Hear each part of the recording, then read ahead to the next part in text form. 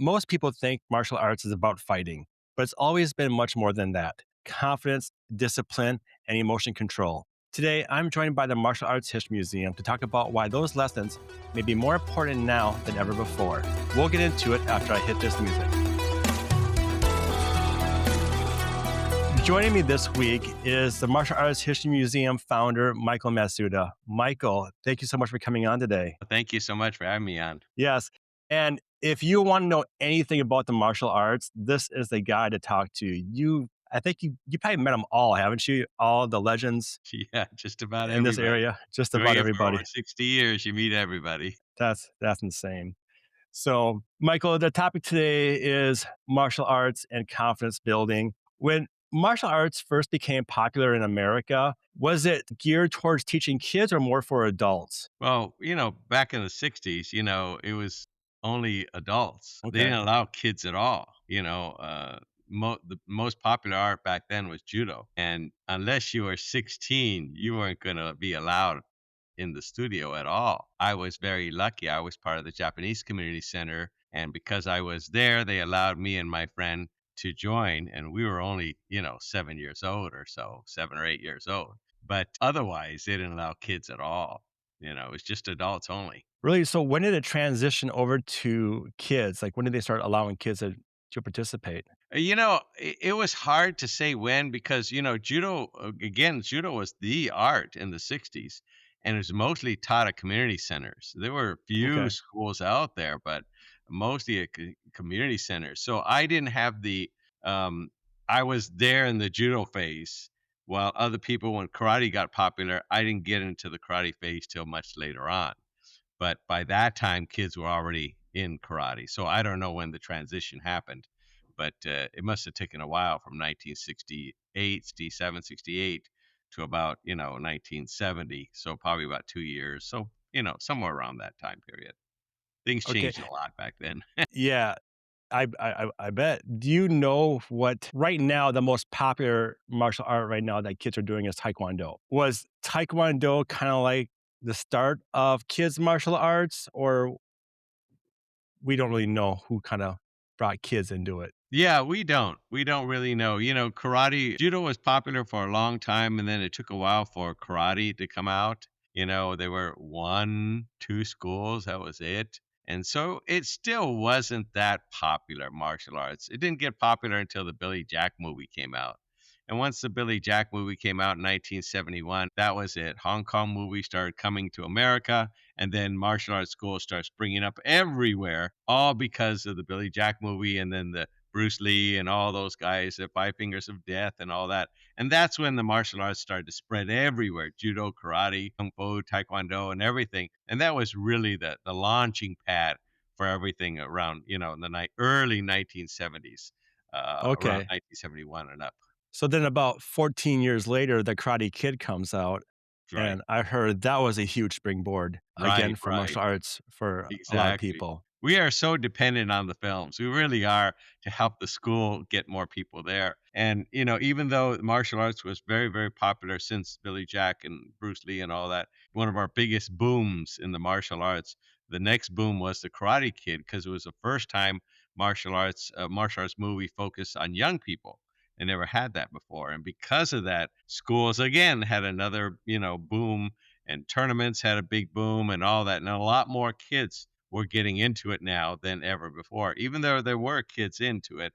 But the Karate Kid movies really helped it, get into a new area and Yeah. explode even more. So I was born in 1980, so I don't remember nothing. Honestly, I don't know anything from the 70s at all. But from what I can see, the Karate Kid movie kind of showed martial arts in a different perspective as a way to build confidence and combat bullying. Is that like the first film that kind of took on that perspective, or was there a film that we probably don't know about that Well, covered that all the topic? all the kung fu, the Chinese kung fu movies were about revenge for getting bullied, getting killed.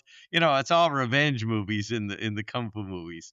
So when the Karate Kid came out, it was another sort of revenge, not on the bloody level the kung fu movies were, but it was still a sort of, someone getting picked on and someone coming back and, showing them that, you can't pick on me, So the Karate Kid changed a lot of stuff. It really, shall we say, Americanized it. It Okay. helped people relate more. When judo and jujitsu were out there, in the 60s, 70s and all that, back in the early days. It was in 1945 that James Cagney, a non-Asian, started doing judo in the movie. And because of that, people could relate to a non-Asian James Cagney, and then people started learning judo because of James Cagney because they could relate to somebody. And here's same thing with the Karate Kid. Young people can now relate to the experience of him in high school, the bullying he's going through. So it became a more relatable film that people says, "Yeah, I faced that," or "I can connect with that. It's in my time period." So it did a lot for the community and really, raised awareness more than any other film for martial arts. Yeah. So what was the marketing like for a martial arts school back in the 60s and 70s? Because right now, the current marketing for martial arts, like as I own a school and a lot of like millions of people own the school, we're all focused on bully prevention, confidence building, stuff it's more directed towards kids these days than adults. What was the marketing look like back then for martial arts schools? Well, the only marketing back then was literally the comic books. And on the back page, you had your Atlas ads, and it had a guy being bullied, someone kicking sand in his face, and says, "You're a skinny, scrawny guy," and he had to learn Atlas and get muscles, and he came back and he had revenge on the guy, of bullying him, and that was, the guy's at probably college age or something like that, and Okay. 18, 19. And that was our only connection to anti-bullying. It was seeing the Atlas ads in the comic books. Okay. That was it. There was no promotion of bullying. There was no talking about bullying. It was just the ads in the comic books, which everybody read, and everybody knew the comics, and everybody knew the Atlas comics. And that was our only connection. As far as advertising for martial arts schools, it was only the yellow pages. That was it. There Yeah. was no internet. There's no nothing else. And they didn't even focus on bullying. They would just focus on martial arts, get the karate or whatever name out there, Yeah. come and join the school. So there was no real connection and to bullying at all. It was Yeah. part of life, and people, that was just how it was. There was no advertising besides the Atlas ads that you can, be stronger and defend yourself and not be bullying. That was it. The Atlas ads were it. There was nothing else. Yeah. So was the marketing back then more like get revenge on your enemy? Is that how I'm taking it back then Well, to learn martial arts? I don't know if you saw it, the Atlas ad. I Okay. haven't. Okay. The Atlas ad is here's this skinny, scrawny guy with this girl, and they're at the beach. And some guy, muscle guy, he's all full of muscles, and he comes and he goes and he kicks sand in his face, the guy's face. And the girl leaves him and puts her arm around the muscle guy and they leave. And he says, I'm gonna show the guy. So he goes and he gets in this Atlas program and he builds all this muscle and he goes and he pushes the guy. He sees the guy with this girl. He pushes the guy and the girl goes on his arm because now he's strong. So that was the Okay. ad. So it Okay. says, "Don't be bullied and get your girl back by being a muscle guy now." So that's what the ad was, and it was on every comic. Everybody saw it and everybody knew it, and that's what they thought was the only self-defense for that was muscles. That was it. How did the Karate Kid movie change martial arts? Did it bring in more kids at that time? Did more schools start taking more kids, or did that part kind of just happen naturally as schools needed to grow? Well, you gotta look at the 2 biggest impacts of the martial arts. I go back to the, Billy Jack movie. Okay, the Billy Jack movie, 1971, it brought in all the Hong Kong films, and because of that, the martial arts spread all over the place. I remember our school that we had to open up the parking lot because there's so many students wanting to join because of Bruce Lee and all that. So it had a huge, huge, huge effect more than any other because there weren't martial arts schools hardly anywhere. So they were Yeah. popping up all over the place, everywhere. Oh, And that when was the taking karate kids too then, right? They Oh, they yeah, took yeah, by kids? that time, Okay, they were got it. taking kids, yeah. But by 1984, right, the Karate Kid came out, There were already kids, there were already tournaments, all this stuff was already going on. I was already throwing tournaments back then. So tournaments were a big thing, but it was mostly adults in the tournament. They were kids. They were still kids. So kids were all still going. Kids were going part of it. The kids were, martial arts kids were in tournaments and all that. But the Karate Kid allowed more kids to be aware of it. Most people just weren't even aware of karate tournaments at all. Nobody even heard of it unless you did martial arts. So now it opened that to a lot more people and kids who have never done martial arts say, "Oh, I want to learn that. I want to do like Ralph Macchio. I want to be like that, or anti-bullying because of that." And people wanted to enroll in schools because of that. So the Karate Kid really opened a new door, for everybody to come and people to relate to. And that's when it really created a second boom in the martial arts. And a lot more schools had a very positive effect. A lot more school kids flooded the schools than ever before. So even though there were kids, now there was a flood of kids coming to the Yeah. schools. So I joined martial arts back in 1994. So my style was it was kind of a mix. We were ITF Taekwondo based for forms, but we competed in all the sport karate tournaments. So like the NASCA competition, the circuit like that. And back then, I saw like, I didn't quite see the ads for confidence building. It was just, here's martial arts, come join. That was basically about it. Do you know when the transition was as far as marketing, when schools started to promote more besides punches and kicks? We all heard that term. We're more than punches and kicks. Do you know when that started? No, I don't. No, I don't. Again, we had yellow page ads. That's where it was Yep. before the internet came out. And the yellow page ads never talked about bullying. It just shows, come learn karate, learn self defense, learn self discipline, but learn karate, learn kung fu. And that was it. It was $300 to get a little ad like this. And you just had enough to put your logo and where the school was. And that was it, $300 a month. That was really expensive back then, and that was it. So there was no anti-bullying at all. As far as I can remember, growing up and doing martial arts since '67, there was no reference to bullying, Yeah, anti-bullying at maybe all. not just the anti-bullying stuff, but the confidence building part of it. When did they start promoting like, "Hey, this is gonna improve your kid's confidence. Uh huh. This is gonna help, you know, regulate their behaviors, or this is gonna help burn energy." I guess that's what I was trying to ask. Do you know when Yeah. that kind of switch took place? Or that kinda just kinda happened gradually over time? There's really Just no. gradually over time. I think the Okay. Karate Kid movie helped a lot more toward that, but just over time. Again, it was a $300 to get your ad in, and that was it. And you just put in whatever you can squeeze into that little Yeah. square for your ad in the yellow pages, and that was it. Come learn karate, come learn from champion so and so, and that was it. So there was no reference to bullying at Yeah. all, and it slowly, gradually became part of everything.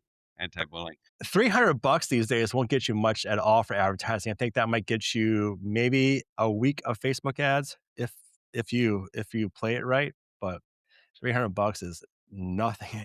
It's like, Yeah, okay, back then it was a lot. It was a yeah. lot, Black Belt So magazine was $600, get a small little ad. yeah.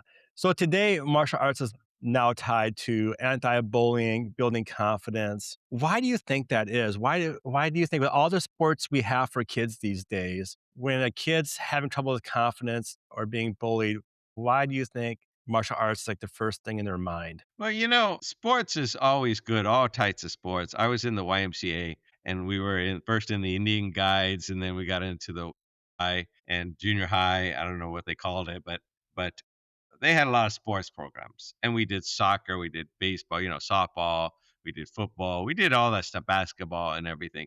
But there was nothing in there that was a real confidence builder.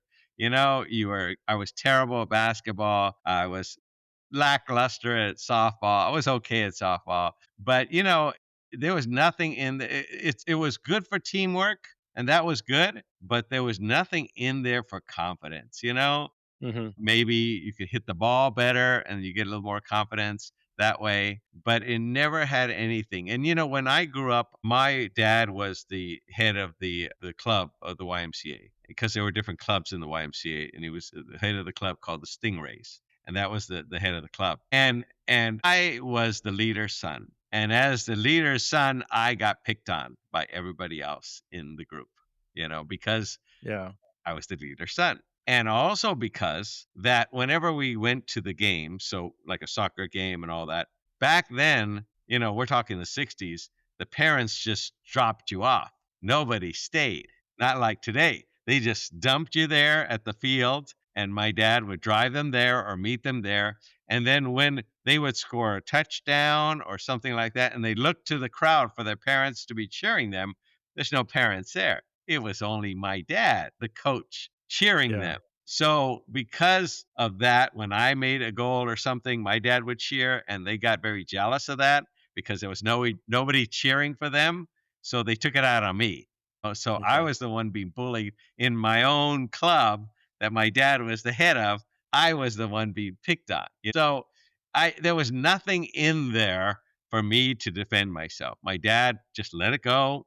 He didn't say a single word. I was picked on all the time. When our grade came up to leave that group, I left. Period. I don't want Yeah. nothing to do with it because my dad never defended me, and there was nothing in the sports that helped me get confidence. There was nothing in there that prevented these guys from chasing me and knocking me down and picking on me. There was nothing in there.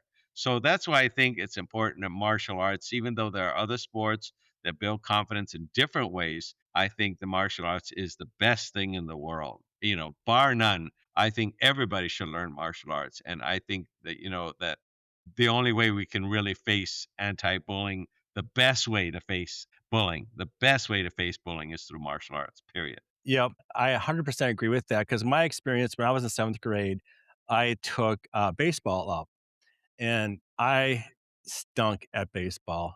I couldn't swing the bat as well, I couldn't hit the ball. Back then, it's like I was just learning my first time playing baseball was in 7th grade. Since I wasn't good, I sat on the bench. How is that gonna help my confidence, The kids who are good, they went to baseball camp. Their parents could afford stuff like that. My parents couldn't afford that extra training. I was supposed to learn baseball through junior high, but at that level, you're already supposed to know how to play the game. They're not there to coach you. They were there to say, hey, you don't know how to play this? Well, you're on the bench if we need you. And that's where I sat. And still to this day, if you want to make a team like varsity or junior varsity, whatever, you have to be at an elite level in your school in order to make that team. How does that help a kid build confidence? Now, people are going to say, well, that's going to build grit and determination. That's great. But some kids have access to tools that other kids don't. So I might get some hate for saying this, but if you're well off, you can pay for extra training and stuff. If you're not well off, you can't get that extra training because it's too expensive. When martial arts comes into it, martial arts is not about a team, it's about you. It doesn't matter if you stink at it right away. You take your time and you get better over time. There's no pressure for you to make a team. And that's what I love about martial arts. That's why I thrived in it because I didn't have to be good at something right away. Everybody starts at the same level. You start at white belt, no matter what style you went to. If I go learn a new style of martial arts, I'm back to a white belt. It doesn't matter where you're at. Everybody starts at the baseline.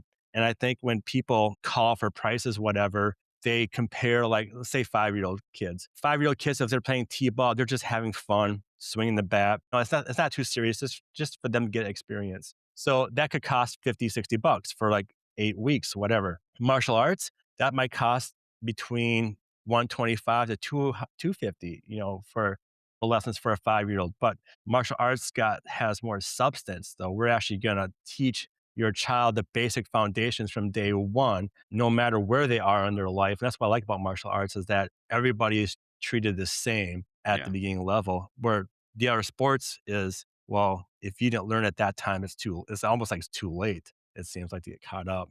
Yeah, I completely agree. They put you on the bench if you can't do anything, and you know, like I understand the concept, like team building. I understand when you get corporate and you get your people to know each other, and that's good. Team building, helping that area, but it's not doing anything for your self confidence. It's not. Yeah. And so that's why I stress, like we both stress, martial arts is the best thing that anybody can do for combat bullying, learning martial arts, and all the benefits that come with it. Was confidence always, like, the core foundations of martial arts? Was that Yeah, kinda like what it was built for? yeah, we all come in there, like you said, we all come in there with white belts. We don't know anything. We're terrible sometimes. Some people are natural. Most of us are not. And we go in there and we fumble our way through. Benny Urquidez fumbled his way through.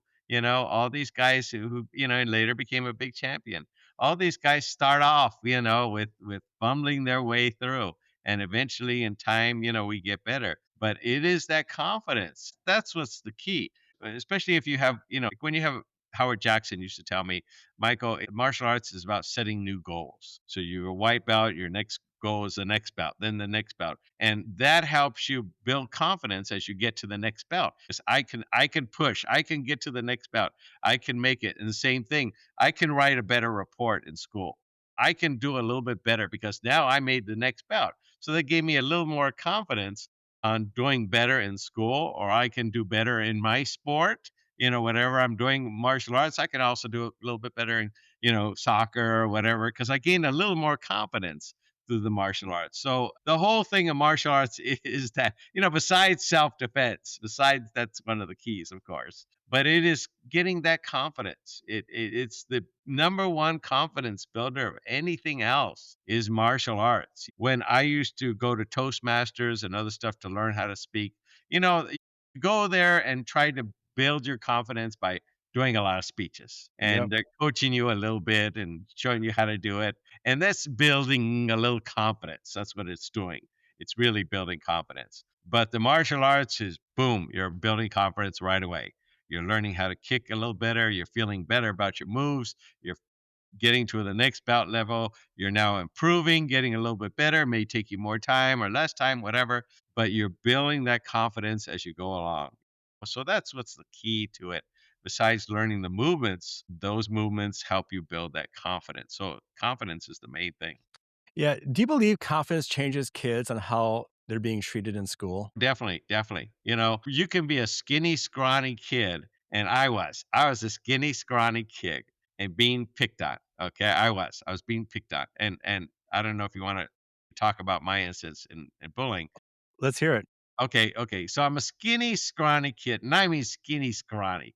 My arms were like this. I was skinny, scrawny the whole time. And my dad used to take judo around the 1920s or something like that. And when he started trying to train us, my brother and I, he tried to train us in boxing, and he didn't know how to do boxing. So he said, "No, I don't know how to teach you this."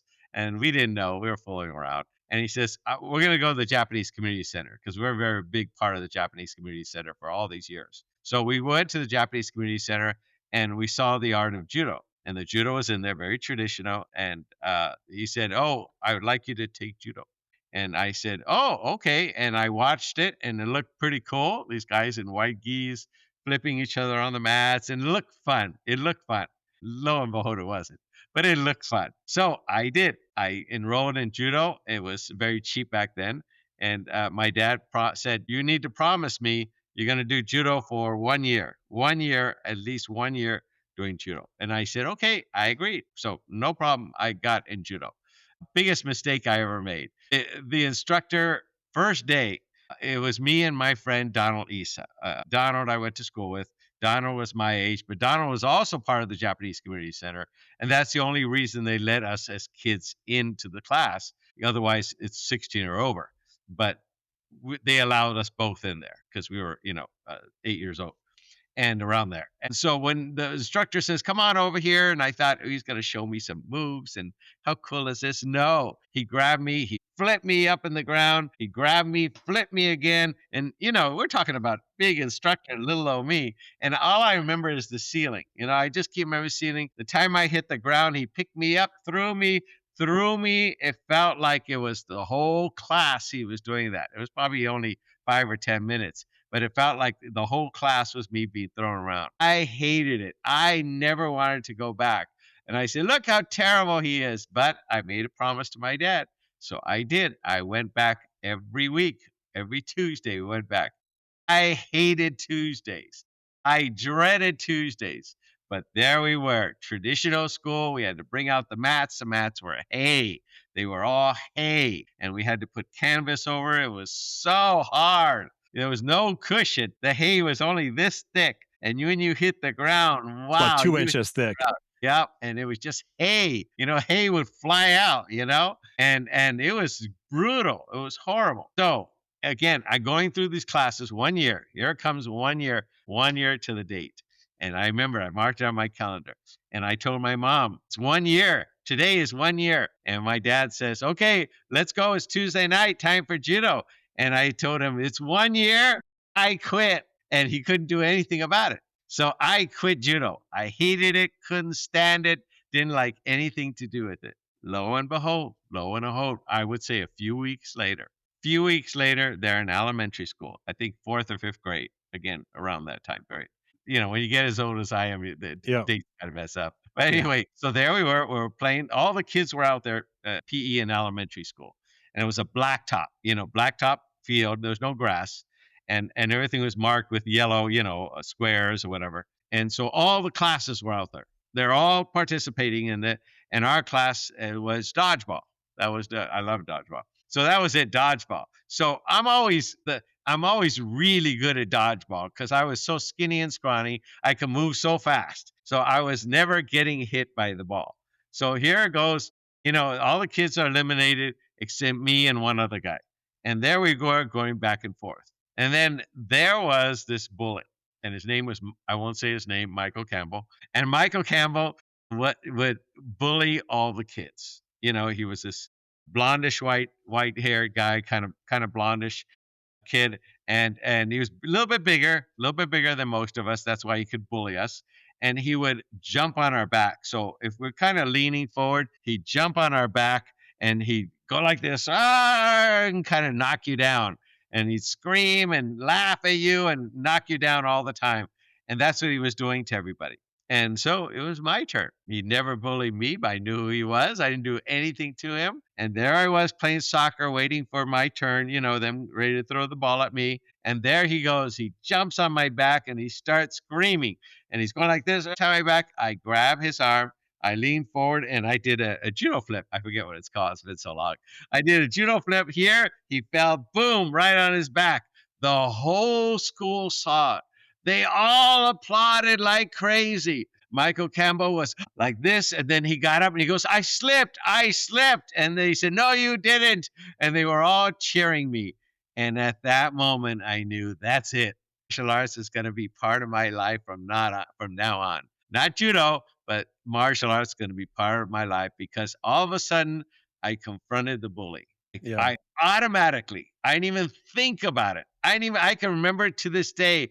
I didn't even think about what I was doing. I automatically flipped him. I hit my hips up. I did it the proper way, exactly how we did in class, and I knocked him to the ground. And he never picked on me ever since. Ever since. And I knew that point on, I was not going to be bullied anymore. That was it. And that really built my confidence. It really built my yeah, confidence knowing that I was able to confront that bully. And even though I wasn't doing martial arts at that time, I had the confidence to know I could confront him and anybody else that would bully me. I gained in just that split second, I gained the confidence that I learned through the whole time in martial arts. It all came boom right there. The yep. confidence came in. It came later on. It it That's it was awesome. like a click. There it was. Confidence was turned on, and for the rest of my life, that confidence switch was on the whole time. One thing I liked what you said is that you promised your dad you'd try for 1 year.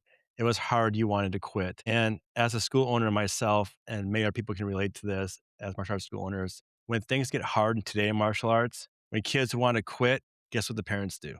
They let them quit. And it's one of the hardest things when you work with kids, especially when they come in for confidence, when things get tough, that's when the confidence training starts, is when things start to get tough, because now here's the work. Here's the work now. Yeah. Now we gotta teach these kids confidence. But so many kids, they start like martial arts and they quit because it got too hard. When you wanted to quit on those days, because obviously in my school, we're not throwing kids around up and down like you were getting thrown. what was what was life, I guess, like for you as a kid? Yeah, obviously, we didn't have tablets, we didn't have, all that stuff to distract you. Like, was it just because that promise alone you made to your dad that you went to class every day, or what else had to get you there? No, it was the promise. It was the promise. Okay, I do my best to always keep my promises all the time, even today. If I make a promise, I do it. I always do. And that's what kept me. I made a promise to my dad and I was going to fulfill that promise. Period. I didn't even think about it. Even though I wanted to quit every week, I didn't. And I didn't say, I don't want to do this, I don't want to go, I went because I made a yeah, promise to him and I respected him that much. And that's what I did. So, you know, I love it. And how old were you again at that time? You were like, what, 3rd grade? It's been so long for you, I 4th or guess. 5th grade. 4th to 5th grade. Yeah, I forget, That's maybe amazing. 8 or 9 around there, somewhere in that time period. I forget. Yeah, It's kinda crashed, you know, yeah, somewhere in that time period. You know, Even though I was doing judo and I was in the stingrays, I didn't have that confidence. I didn't know enough. I didn't feel good enough to flip them that were picking on me or take them down. I didn't have any confidence at all doing that. I didn't gain the confidence till I confronted the bully. But yeah. even though I was taking the art, I didn't have any confidence at all. Nothing. They still Yep. picked on me. They still knocked me down in the stingrays. They did. But until I got the confidence from that one incident, everything changed. Yeah, for me, so I was 14 years old when I started Taekwondo, so I was getting into ninth grade. My bullying didn't end until my senior year of high school. So by that time, I was a first-degree black belt, and I was still getting picked on the whole martial arts training, still being bullied, still having kids, pick on me, keeping me at that low level. But I knew at the end of the day, I had friends at a martial arts school. That's what kept me going. 'Cause I developed, like a family at that time. And how my bullying ended is I had a Phi Ed class. It was called Lifetime Sports. And we had to do a demonstration of Lifetime Sports. Well, I didn't play. I mean, I played some sports, but I was horrible at it. So I did. Me and another friend of mine that did Taekwondo together. We did martial arts together. So we did a martial arts demonstration for our Phi Ed class. A lot of those kids in those Phi Ed classes were my bullies. I didn't just have one bully, I had many bullies. As soon as they seen me spar, break boards, do my form, that was it. They stopped messing with me. They actually congratulated me after the demonstration. They thought that was the coolest thing they ever saw. But the bullying stopped. My Wow. confidence started up at that time. And I think a lot of people are impatient these days, especially with martial arts. My kid's been coming here for a year. Confidence hasn't been built up yet. Every kid takes time. There's got to be that moment. Yeah, I agree. And You know, when even though I had done judo, there was when I got into kung fu that was closer to high school, junior high and high school, and I loved it. I loved kung fu. I loved it so much. I practiced in the morning. I practiced at lunch. I practiced after school. I practiced before school. Then before the actual kung fu class, practiced at the kung fu class. Then after class, I was obsessed with kung fu. And when I got into junior high, high school, everybody saw that. Everybody saw how obsessed I was, and I was doing it right there. I was doing the forms. I was doing all that stuff right there in front of everybody and I was never picked on again, ever picked on since from that judo incident. I was never picked on, but even though I gained confidence when I flipped Michael Campbell, I gained a lot more confidence when I started doing kung fu because I loved it. Judo I couldn't stand, but I loved kung fu. And doing it all the time and people seeing me do it, like you said, they saw you do that. yeah, Same thing. They're seeing me do kung fu all over the place, and people are saying, "Oh, I want to learn some of that." And a lot of them became my students. All these people became my students, but because they saw me do it, it changed things. Like you said, it changed things a lot more. So it built that confidence even more, and I was never picked on since that judo incident where I flipped Michael Campbell. I was never picked on again. But the more confidence I got, like you said, when they see you out there and doing breaking boards and stuff like that, that even change their yeah, outlook of you. And as a result, it built more confidence in you because, you know what I mean? You were confronted yep, that you, you know, yeah. And which is why later on down in life, about 3 years ago, we started Karate Chop Bullying, which held its first event at the Martial Arts Museum back in 2023, I think it was. we had it at the museum. And what that was all geared towards is teaching kids quickly how to be confident. Stuff that takes a while to learn in martial arts is so I thought of a way like, okay, how can I teach a kid quickly to feel confident, to have self-worth, which we came up with karate chop bullying, which is three simple things I follow is one is you have to have a strong mind. A strong mind is like your courage. Courage is like your inner confidence, something that we can't see. And then having a strong presence of you, how you stand, how you hold yourself, how you look at people in the eye, and having a strong voice and how you speak to yourself. So I came up with a way, okay, if we can take kind of fundamentals of martial arts and package it in a way to deliver more effective anti-bullying program, and that's kind of what I did with karate chop bullying. I took my experiences from this podcast. I met a lot of people through you, a lot of martial arts legends through you and through our late friend Eric, getting to pick their brains. Really, it was like a group effort. I built karate chop bowling by just talking to people, and one of the things I've learned doing this podcast is kids who get picked on, they just don't have that confidence. Once they lose it, it's hard to get back. And you pretty much got to start all over again to teach them how to have confidence. Michael, what makes you stand by our nonprofit Karate Chop Bowling? What do you believe that we can do for kids? Well, bullying has an impact. It really does. It never leaves. I still remember Michael Campbell jumping on my back. I still remember people pushing me from behind, picking on me. I still feel it. You know, I still feel it. And even though I've gained confidence, I'd like to go back in time and confront them, but you still feel it and you need something to get you through it. And by programs like yours, it helps build that confidence better. You're never going to be, you can still be scared. You can still be scared. There's somebody big and, the Hulk is in front of you and stuff like that. But I always say, I'm going to get in a few good hits just in case. Bullying is it's just a horrible thing that will never leave us. Sad to say. It's always going to be there, whether we're young kids or at work. You have different forms of bullying at work Hmm. and we can't always take it out physically on them, though I have. But we have to find tools that will the thing we experience as people being bullied growing up and later on in life, we have to experience it. We felt it and we still feel it many times today. We have the opportunity now to change a new generation because of the way bullying is today through cyberbullying and all this stuff like that. We need to provide the tools so that the kids don't go through what we went through. Yeah. So the kids don't always have to face down the opponent, that they can build confidence. They didn't have that back then. They didn't have the confidence building classes. They had the Charles Atlas and that was it. And if we had those tools back then, I think things would have been a lot more different.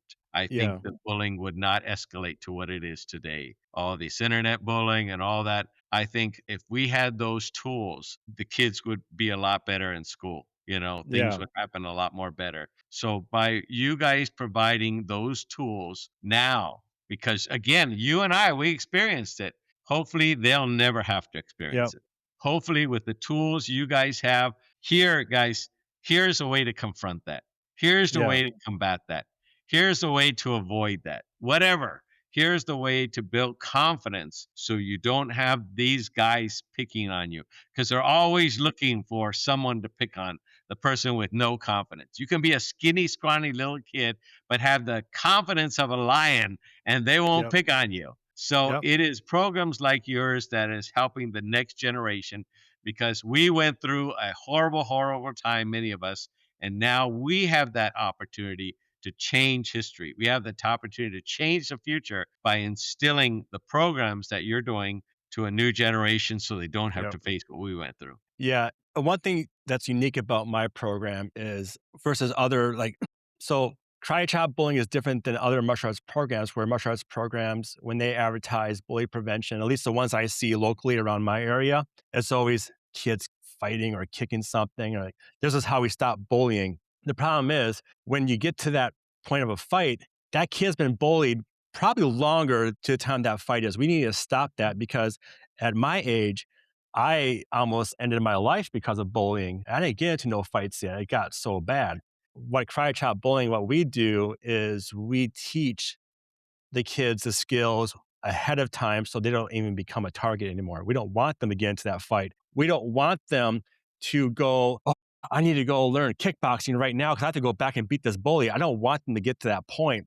I want them to have that skills. Now, I'm not saying martial arts, don't join martial arts. No, I still believe, as you believe, martial arts is the best tool out there to help build your kids' confidence. But I want to get kids set up so they don't have to have that feeling. And what's nice about martial arts, there's so many styles that kids can adapt to, and especially if they play like basketball. If your kid plays basketball, sport karate would be really great for them because sport karate is all about timing and quick angles and quick shots. When you play basketball, it's the same way. You got to move quickly. They all work together. Martial arts is pretty, I believe is like the solution to a lot of problems for kids, and they can still do their other activities because they're just going to excel at that activity as well because we can get that same training in martial arts. But Exactly. It's like yeah, if there was a school of confidence, yeah, that would be great, but there's none. So the best school of confidence is martial arts because you're not only learning confidence, you're learning self-defense, you're learning coordination, you're helping yourself become better, not just through yourself, but you're becoming better at sports a little bit, maybe better in school. Maybe you're when you couldn't write a whole report, all of a sudden you went to the next belt and you succeeded. Well, I can succeed. I can write a whole report. I can finish my goal. I can finish my project, giving you that, like Howard Jackson, the goal frames of mind that you can succeed to the next thing. So martial arts is not just about punch and kick. It's not just about confidence. It's not just about, learning all this stuff. It's also building that different frame of mind, succeeding, becoming better. If I can be a yellow belt and become a green belt, I can do this project. I can finish building this thing for school. I can do something. I can, practice hitting the ball. I can build that confidence in me, then not just as far as anti-bullying, but it could build that confidence to succeed, to succeed in life, to better myself, to reach for that goal, to keep reaching. You never reach the end of the goal. You keep adding new goals. yep, Same thing in martial arts. Yellow belt, you get your green belt, whatever. You continue setting those new goals, beating those goals, and then setting the next one. So the same thing, martial arts brings that confidence to set new goals. It brings that yeah, confidence to face bullying. It brings that confidence to get better, become a better person. The martial arts, and that's what the martial arts is all about. Is as one big whole is to become a better person, become a better yeah, person in everything through the martial arts, and that's our goal to become better people. And we gain all this stuff along the way. yep. And I love that because right now a lot of sports out there, it's if you're not good, you're not good. And if you want to be good, go pay more money to go to this camp or go hire this coach or trainer. Martial arts, you don't need to do that. You just go to your school and you find the instructor that works best for you. Not every instructor is probably the best for each, student, which is fine. Find one that's best for you that you get along with and train. And that's it. It's to me it's And like you were saying, some people can't afford all this stuff, and they don't get to do the math class or whatever, the extra yeah, baseball camp, whatever. I relate a story to Arlene Limas. Arlene Limas and Taekwondo, 1988 Olympics. 1980 Olympics, they introduced Taekwondo as one of the Olympic sports in the home of Korea, the home of Taekwondo. This is the place. If you want to excel in Taekwondo, Korea is the founding place. This is where to go. And here is an American, a Hispanic, Arlene Limas, trained in America, trained with American schools. And there she was on the Olympic floor fighting a Korean Taekwondo artist, someone who grew up in the art, the foundation of the art, everything you learn from Korea. And there went Arlene Limas. And who won the fight? Arlene Limas beat the Taekwondo expert from Korea and won the gold medal. Our person That's worked awesome. hard and beat them. Granted, we got to work harder. Granted, we got to work harder, but we can succeed. We Yeah, can I succeed. love that. Michael, if you could give one message to parents raising kids today, what would it be? I would tell them all to find a martial arts school. Get a school, look around, find the school that your kids you feel comfortable with. Every martial art is great. Every martial art works, but every martial art might not be for your kid. You need to find what that kid likes. If he likes grappling and wrestling, there's an art. If he likes, more fluid movements, there's an art. If he likes straightforward moving and kicking, there's an art. If he likes a lot of kicking, there's an art for him.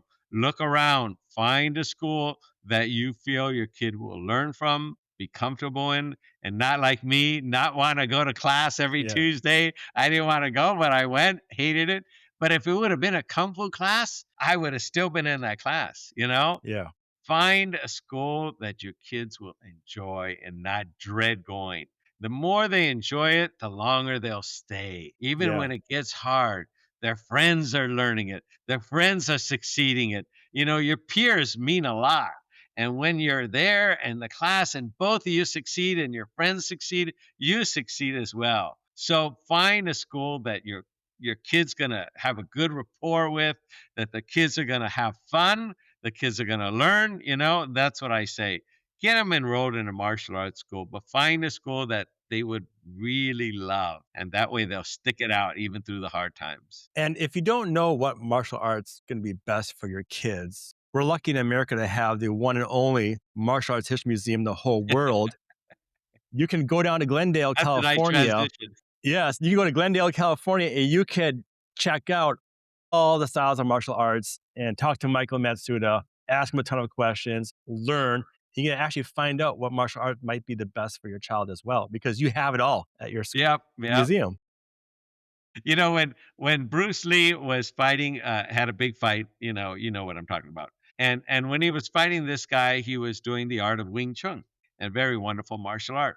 And he said, I'm chasing this guy going like this, doing Wing Chun. And one of his friends says, why don't you learn some other arts? There's Taekwondo out there and there's Judo, and why don't you learn some other arts to, get involved in? And that's what he did. He learned a little of this and a little of that and found what he liked, what he enjoyed. I'm going to incorporate some Taekwondo kicks. I'm going to incorporate this. So you got to find what you like. You got to find what you like, what fits you, and that way you'll keep going. You don't want to be in a school like I was in that you dread it every week going. Find something you enjoy and have fun with, but in the process, you're going to learn to build confidence. It comes with it. It comes with it. It really does. So I encourage every parent to take your kid to a martial arts school, learn about different things, learn the martial arts. And if you have a program like your program, get into that. Find a program that you can work with, find that something that your kid will enjoy. And, that way you can confront all of this stuff way ahead of time. It doesn't have to happen. You don't have to have that bullying on you. There's programs now like yours that can help prevent that even happening. Yep.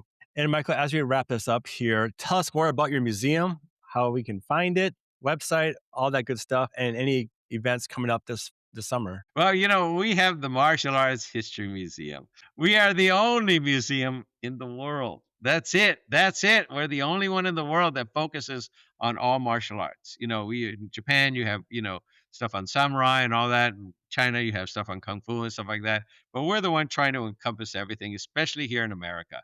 Martial arts isn't that old in America, maybe 100 years or so old in America. I know a lot of us are still here like me, but it's not that old in America. And I think it's important that we see the impact that martial arts made in America and how it changed America and how it changed our movies and changed our comic books and changed all of this, and it had a positive influence on American history. And I think it's important that people learn that. They learn about the sacrifices that were made, how people were bullied when they came to America and brought the arts here. They faced prejudice and racism, but yet they brought their arts to America.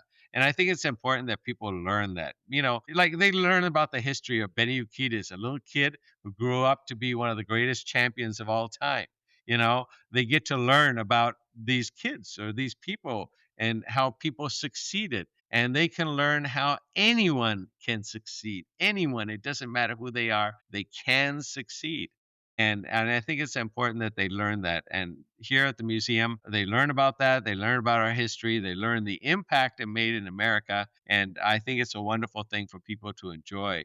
We're located in the city of Glendale. Our website is mamuseum.com or martialartsmuseum.com. And that way people can learn about history and, have a great time learning it. And then learn about the different styles, many, many different styles of martial arts. And that way they can kind of pick and choose what's something they may enjoy. Yeah, and you guys also host honor days. You guys do the Hall of Fame days where the public's invited to come and Right. We meet do these book people. signings, we do movie Yeah, screenings. We do a lot of stuff to have people come back to the museum.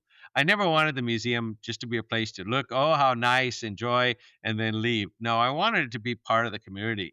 So that's why we do events. People coming, it's like going to mixers. You get to meet different people at mixers. yeah, Same thing here. Come to our events, meet stars. People got jobs from here. People got married by meeting people here. We've had a lot of connections to people. I would have never met this icon if I didn't go to the museum. I would have never met this. What a great opportunity! We have had people meet Liu Fong. They would have never met Liu Fong unless they came to the museum. They would have never met Fumio Demura unless they came to the museum. So the museum provides that opportunity to meet some of these icons, some of these stars, yeah. and who knows, whoever they meet, or maybe they get a job or get movies, whatever.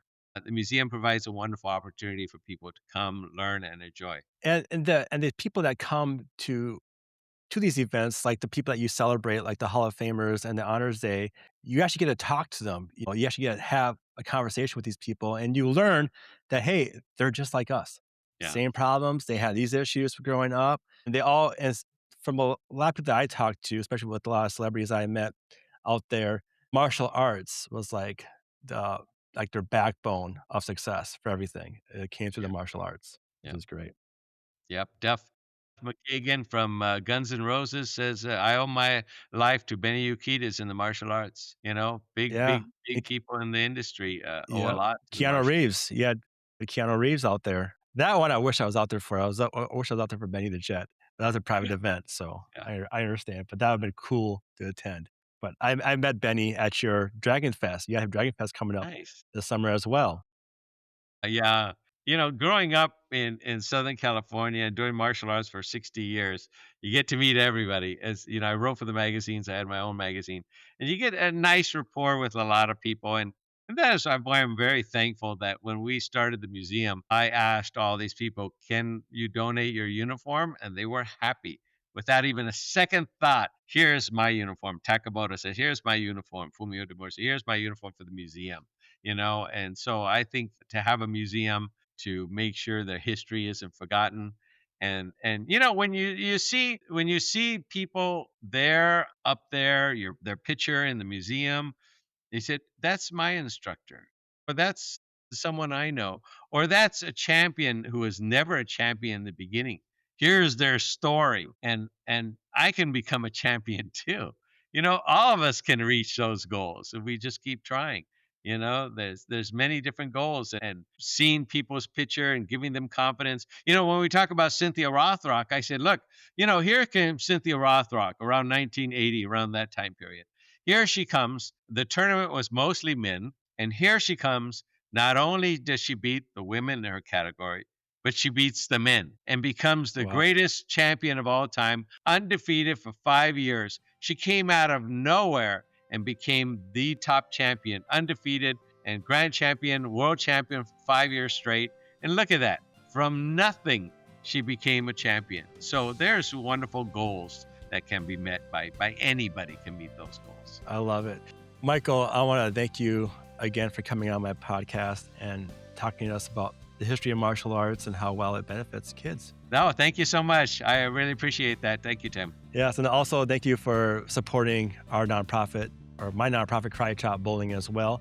I appreciate that, and I look forward to continuing working with you guys. Thank you very much. All right, Michael. Well, you have a good day. You too. If this episode helped you, please share it with someone who might need to hear it. And to learn more about our nonprofit, Karate Chop Bullying, and the anti-bullying and confidence-building programs we offer youth, visit karatechopbowling.org. For podcast episodes and updates, go to breakingbowling.com or email us at any time at breakbowlinghere@gmail.com. I'm Tim Flynn. Thanks for listening, and I'll see you next time as we keep breaking the silence on bullying.